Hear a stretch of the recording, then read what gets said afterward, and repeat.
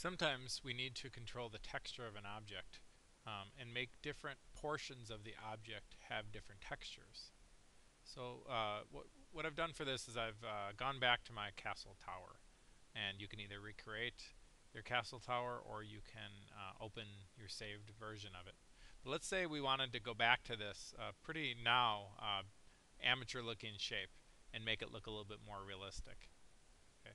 Uh, and let's say we wanted to add a brick texture to this tower part, but then a roof texture to this. The first thing we're going to do now is we're going to set smooth, since we know how to do that.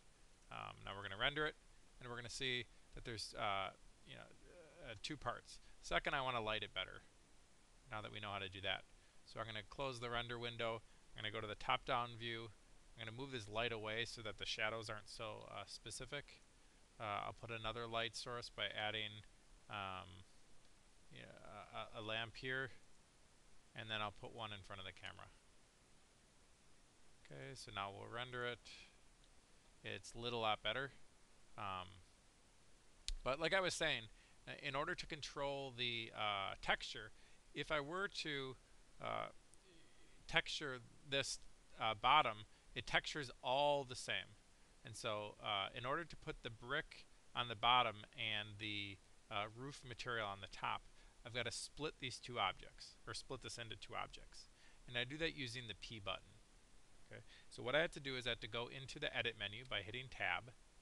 And then what I do with the B, if it looks yellow so that all of them are selected, you need to hit A so that none of the vertices are selected. And then using B, I'm going to draw a box around just this top part. And then I'm going to hit the P button. P stands for separate. I don't know, think that there's a P in separate. And I'm going to separate the selected. Okay. What this does is it creates, if I hit tab again to get out of the edit menu, I now see that I've got this thing called cylinder, but now I can also click on just the top, which is cylinder 0.001. Okay. And now that they're different objects, I can texture them differently. One more thing about the texturing. First of all, if I try to texture this with brick, to remind you, you have to first add a material, add new. Then you have to go into the texture button, add new, the image, and then you're going to load the image. Now, I've already gone out and gotten a brick that I'm going to use, and then I'm going to select the image. Okay, so there's my brick. But if I look at this, it's going to look bad. Look at it. Okay, so what's going on to cause the brick to look like this? Well, what happens is that Blender is assuming it's stretching it along the wrong shape, because there's so many different things going on here. There's flat spots, there's curved spots. You can sort of see it here that the brick is right, but this is clearly not what I want when I found that brick picture. And the way to control that is to go under, again, the shading, and then you're going to go into the material buttons. And under the material buttons, remember over here we're using alpha. The map input tells you what kind of shape it is. Okay, so it's set to be a flat shape. But a tube would be much better, because this is much more like what this object is. It's not exactly a tube, but it's more of a tube than it is a flat space. And now if I render it, we'll see that it's spread it right. Okay. Now I don't want my brick to be so shiny, so I'm going to go back in under the material button like before, and I'm going to go to the map 2, or I'm sorry, under the shaders. I'm going to change the spec and hardness. And if I go back and render it, I don't have as much of a gleam. This can be fixed by putting a light source here. And now I'm going to go up to my tower, and so I'm going to change this. I'm going to click on my roof. I'm going to go to shading, material, add new, textures, add new, add an image. Now, what I could do is I could just make it with a non-image.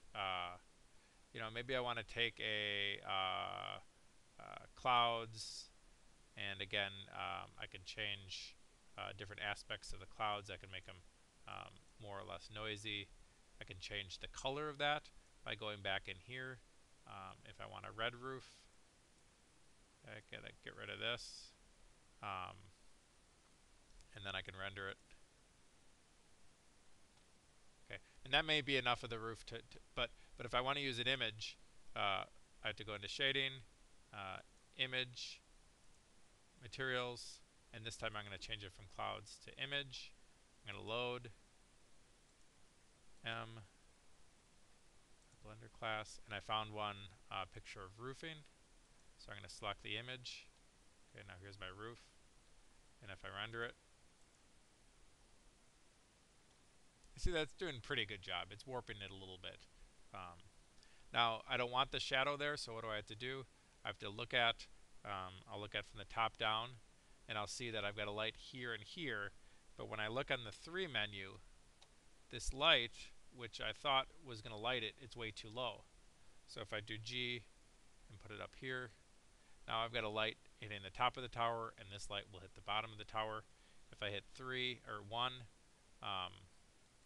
grab this and put it on my side of the tower. Okay, so now this is on the top and this is the bottom, and if I render it, it'll look a little bit better. Okay, so that's how to use the P button to split an object into 2 different objects so that you can texture them differently.